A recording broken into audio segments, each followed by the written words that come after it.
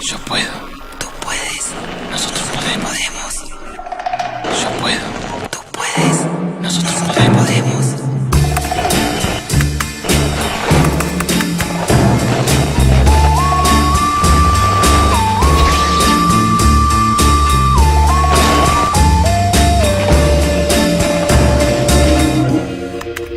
El poder está ahí, en vos, en la calle, en tu vida. El poder es un medio, no un fin, para transformar, crear, crecer.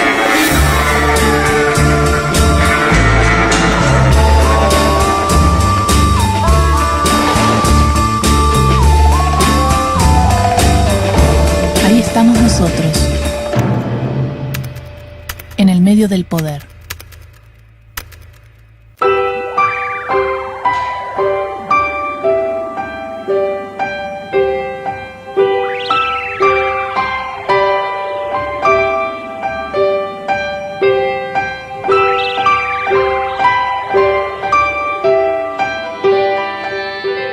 Dicen que la fe mueve montañas, pero también puede mover culturas, instituciones y sociedades enteras. Las religiones dialogan con la sociedad desde las instituciones, muchas veces con su obra espiritual y social, pero muchas otras generando relaciones de poder con los estados. ¿En qué momento la fe deja de ser una práctica personal y se convierte en un esquema de valores y políticas capaces de influir sobre toda la sociedad? ¿Qué significa creer? Yo no creo que las personas necesitan creer. Las personas primero, algunas, en su gran mayoría, nacen ya creyendo. La pregunta no es esa, sino la pregunta es cómo se ha ido transformando la creencia. Y cómo se ha ido transformando la creencia significa también cómo se han ido transformando las organizaciones en las cuales las personas creen. Y más todavía, ¿qué ha sucedido con las instituciones que creen? Porque el problema es la creencia. Y en la creencia en una sociedad moderna, en el siglo XXI, es un bien muy escaso, en el cual se pelean, compiten, los partidos políticos que también distribuyen creencias, los medios de comunicación que distribuyen muchas creencias, las organizaciones religiosas que transmiten creencias, la educación, la familia.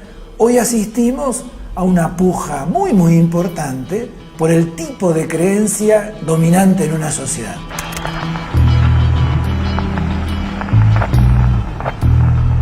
El poder de la religión surge de la capacidad que tienen todos los procesos de mistificación de incidir sobre las prácticas de las personas. Hay modos de ir conformando la vida cultural y social que están por encima de las normas habituales de la sociedad, porque refieren a un ser superior. Y el poder en realidad no se construye desde ese ser superior, sino desde las mediaciones institucionales que van conformando modos, prácticas de los sujetos. Van de alguna manera configurando esas prácticas. En la tradición judía, el individuo no es, entre comillas, redimido por lo que él cree, sino que el individuo se vincula acorde a lo que hace, cómo se comporta. Y en eso es donde los judíos ponemos el mayor énfasis. Por lo tanto, la idea no está puesta en qué creemos, sino cómo hacemos que la trascendencia nos haga vincular todos los días unos con los otros. La religión como tal, ¿sí?, la organización como tal implicó una especie de economía espiritual. Es decir, yo no tengo que crear mis propios rituales para vincularme con cosas misteriosas, sino que hay una institución per se que ya me lo organiza y yo me adapto como parte de esa cultura a esa organización.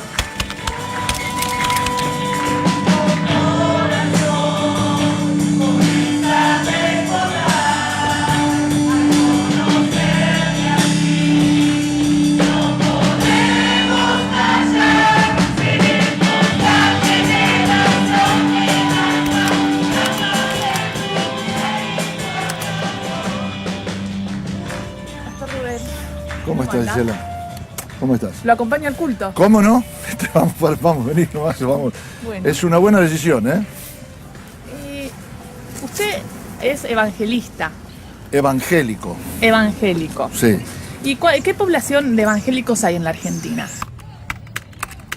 Es interesante el estudio que hizo el CONICET. Hablan de 9% del grupo evangélico netamente dicho, pero luego hay otras ramas más. Podemos pensar que superan los 5 millones. ¿Con qué problemas viene la gente, ¿no? A buscar ayuda y a buscar fe. Bueno, los problemas que tiene la sociedad toda. Por eso cuando hablabas hoy, creo, de religión, nosotros no enfatizamos en la religión. Nosotros enfatizamos una relación personal de la persona, del ser humano con Dios. ¿Y eso no es religión? Bueno, en cierto modo no, porque religión es religar, es lo que el hombre hace para llegar a Dios. En cambio nosotros lo que predicamos es revelación, es decir, lo que hizo Dios para llegar al hombre. Señor, todo lo tenemos por ti, Señor, porque tú nos permites estar aquí en este lugar.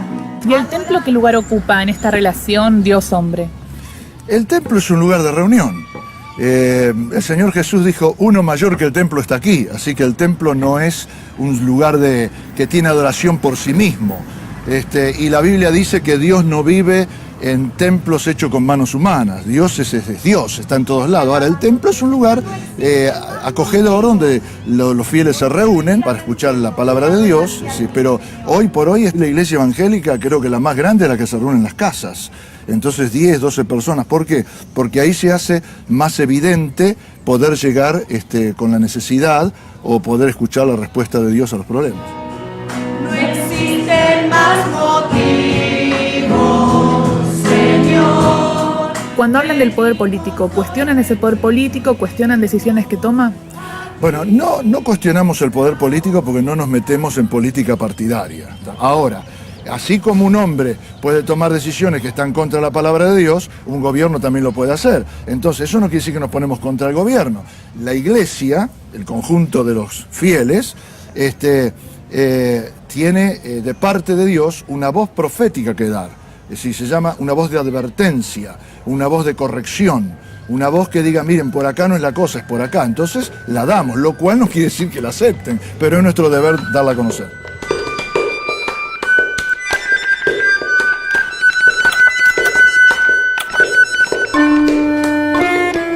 ¿Cuáles fueron los acontecimientos históricos indispensables para entender el poder de la Iglesia en nuestra sociedad? Siglo XV, 1493. Llegan los primeros sacerdotes católicos al continente americano. Bartolomé de las Casas es el primer sacerdote americano que considera a los indígenas como los únicos dueños del Nuevo Mundo. Siglo XIX, 1853. La Constitución Nacional Argentina establece en su artículo 2 que el gobierno federal sostiene el culto católico apostólico romano, el cual recibe la protección y el financiamiento del Estado. No obstante, en el artículo 14 garantiza la libertad de culto. 1881. El gobierno de Julio Argentino Roca, de neto corte secular, promulga la Ley de Registro Civil y en 1884 la Ley 1420, que aparta la enseñanza religiosa en las escuelas públicas y establece la educación común, obligatoria y laica. Sin embargo, no sanciona la separación formal del Estado respecto de la Iglesia. Siglo XX, 1934. Se reúne en Buenos Aires el 32º Congreso Eucarístico Internacional y asisten 1 millón de personas a la misa de cierre. La elección de la sede y la presencia del cardenal Pacelli, futuro Papa Pío XII, evidencian la simpatía con que el Vaticano sigue la reorganización eclesiástica en Argentina. 1954. El gobierno peronista impulsa y sanciona la Ley 14.394, que autoriza el divorcio por primera vez en el país.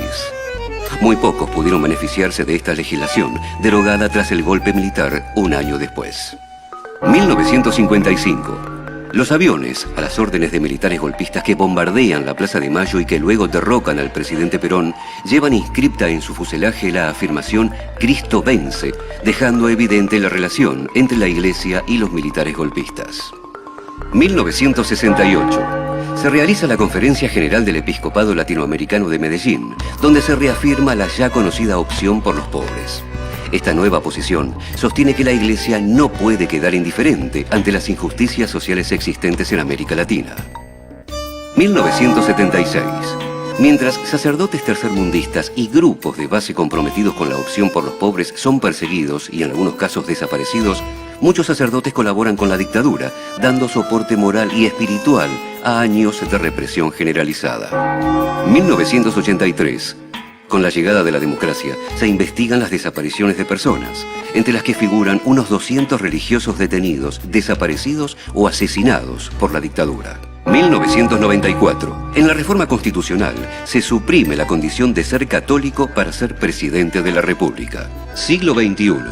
2007. Como parte de los juicios por la verdad, el Tribunal Oral 1 de La Plata sentencia a reclusión perpetua a Christian von Bernich, ex capellán policial, por violaciones a los derechos humanos durante la última dictadura. 2010.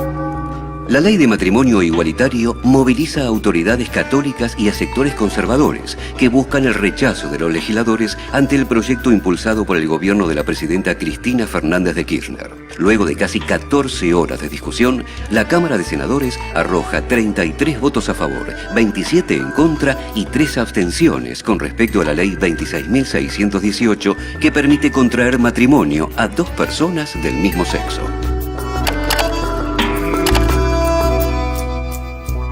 En realidad la Iglesia está en todos los ámbitos de la vida de la sociedad. Porque también podríamos decir que está la Iglesia en los gremios o está la Iglesia en los sectores empresariales. Sí está la Iglesia. Porque todo está formado por hombres y donde hay hombres que son hombres de la Iglesia, de alguna forma todos decimos, la misión de mi vida me tocó ser político, me tocó ser empresario, me tocó ser obrero. Y donde yo estoy, represento lo que soy, vivo la Iglesia. Entonces estoy en todos los ámbitos.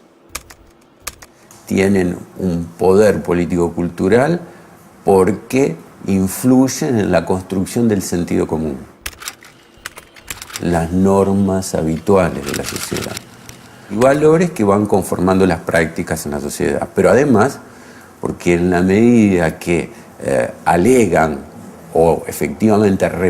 representar o efectivamente representan a una X cantidad de personas, hablan institucionalmente por ese conjunto de personas.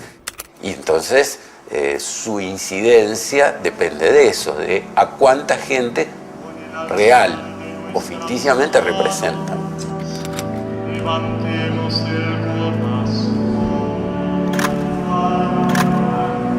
y damos nuestra oración con el alzar de nuestras manos. Levantemos el corazón. ¿Qué tal, Gisela? ¿Cómo te va? anda? Vamos muy bien, gracias a Dios. Vine a muy bien. compartir una misa con Bueno, usted. me parece muy bien. Vamos adelante entonces a pasar. Esta es la sacristía donde nosotros nos revestimos para prepararnos a la celebración litúrgica que es la misa. ¿Y cuán importante es la iglesia?